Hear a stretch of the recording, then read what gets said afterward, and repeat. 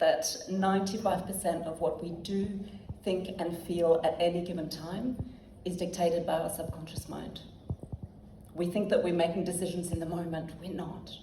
We're often operating in a way that we've been programmed to. However, we can change. And I've explored so many different ways to help people to create transformation, sustainable transformation. And it always comes down to, for me, creating coherence between your mind, your heart, and your soul. So what that looks like is environments that actually enable you to be authentic. We've talked a lot about authenticity over the last couple of days. What I know to be true is that all of these things that we aspire to be more, calm, confident, creative, they are all byproducts of authenticity. When you actually are able to be who you truly are, you're naturally confident, you're naturally calm.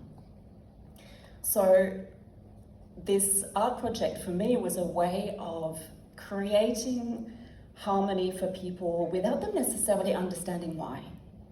I used to run leadership programs and wellness programs, and a lot of the time people would come and they'd feel a little bit vulnerable. It was a little bit difficult for them to be there and to really own up and be honest.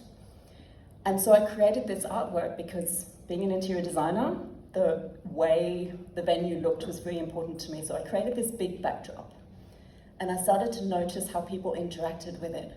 They started to tell me, because it was made similar to that one over there, they said it makes me feel calm, it makes me feel like home. And what I realized they were talking about was it made them feel at home within themselves. And that's always been a very core element of my work, is to help people connect.